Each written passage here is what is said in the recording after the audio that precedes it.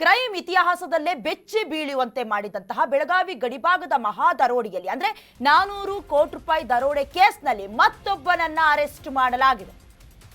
ಬೆಳಗಾವಿಯ ಗಡಿಭಾಗದಲ್ಲಿ ಮಹಾ ದರೋಡೆಗೆ ನಡೆದೋಗಿತ್ತು. ಸುಮಾರು 400 ಕೋಟಿ ರೂಪಾಯಿ ದರೋಡೆ ಕೇಸ್ನಲ್ಲಿ ಮತ್ತೊಬ್ಬನನ್ನ ಅರೆಸ್ಟ್ ಮಾಡಲಾಗಿದೆ. ಮಹಾರಾಷ್ಟ್ರದ ಎಸ್ಐಟಿಯಿಂದ 6ನೇ ಆರೋಪಿಯನ್ನ ಬಂಧಿಸಲಾಗಿದೆ. ನಿನ್ನೆ ಆರೋಪಿಯನ್ನ ಎಸ್ಐಟಿ ಬಂಧಿಸಿರೋದು.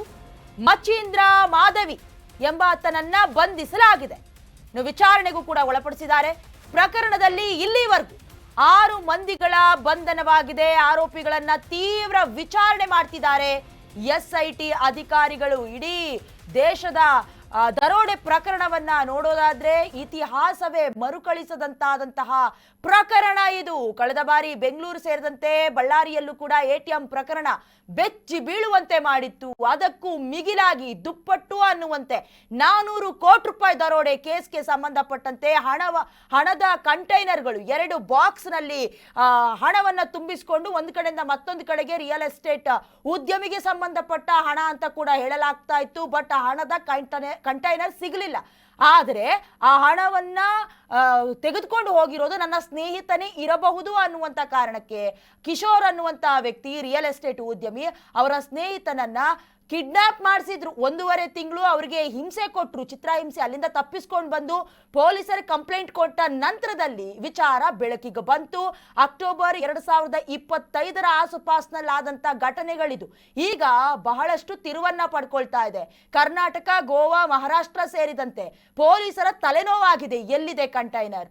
ಜೊತೆಗೆ ಆ ನೋಟುಗಳೆಲ್ಲವೂ ಕೂಡ ಈಗ ಚಲಾವಣೆಗೆ ಇಲ್ಲ. ಹಾಗಾಗಿ ಆ ಆರೋಪಿತ ಸೇರಿದಂತೆ ಅಂದ್ರೆ 5 ಜನನ ಅರೆಸ್ಟ್ ಮಾಡಿದ್ರು. ನಿನ್ನೆಯೂ ಕೂಡ ಮತ್ತೊಬ್ಬನನ್ನ ಅರೆಸ್ಟ್ ಮಾಡಿರೋದು ಗೊತ್ತಾಗಿದೆ. ಎಸ್ಐಟಿಯಿಂದ 6ನೇ ಆರೋಪಿಯ ಬಂಧನವಾಗಿದೆ. ನಿನ್ನೆ ಅರೆಸ್ಟ್ ಮಾಡಿರೋದು ಆತನನ್ನ ಮಚೀಂದ್ರ ಮಾಧವಿ ಅನ್ನೋದಾಗಿ ಗುರುತಿಸಲಾಗಿದೆ. ವಿಚಾರಣೆ ನಡೀತಾ ಇದೆ.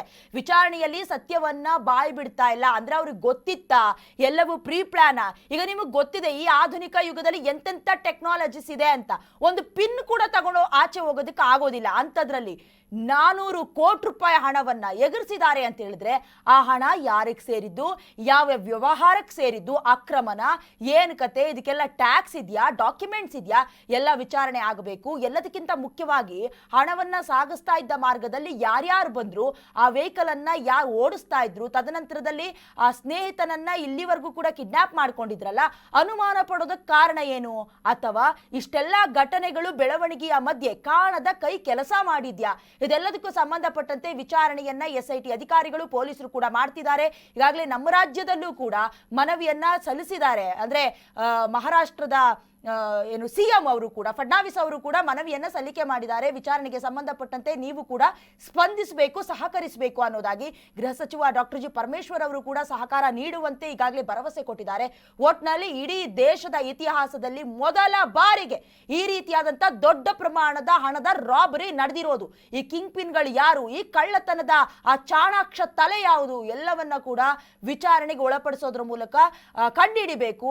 ಹಾಗೆ ಅಷ್ಟೊಂದು ಕಷ್ಟ ಅಂತ ಹೇಳೋದಕ್ಕಾಗೋದಿಲ್ಲ. ಅಂತ ಬೆಂಗಳೂರು, ಬಳ್ಳಾರಿ ಅಂತಹ ಆರೋಪಿಗಳನ್ನ ಅಂದ್ರೆ ಎಟಿಎಂ ಕಳ್ಳತನ ಮಾಡ್ಕೊಂಡು ಹೋದವರನ್ನ ಹೈದರಾಬಾದ್ನಿಂದ ಅರೆಸ್ಟ್ ಮಾಡ್ಕೊಂಡು ಬಂದಿದ್ರು. ಹಾಗಾಗಿ ಇದು ದೇಶದ ಲಿಂಕ ಅಥವಾ ಇಂಟರ್ನ್ಯಾಷನಲ್ಗೆ ಏನಾದ್ರೂ ತಲೆಮರೆಸ್ಕೊಂಡು ಹೋಗಿದಾರಾ, ಎಲ್ಲವೂ ಕೂಡ ವಿಚಾರಣೆಯ ಮೂಲಕ ಗೊತ್ತಾಗಬೇಕಾಗಿದೆ.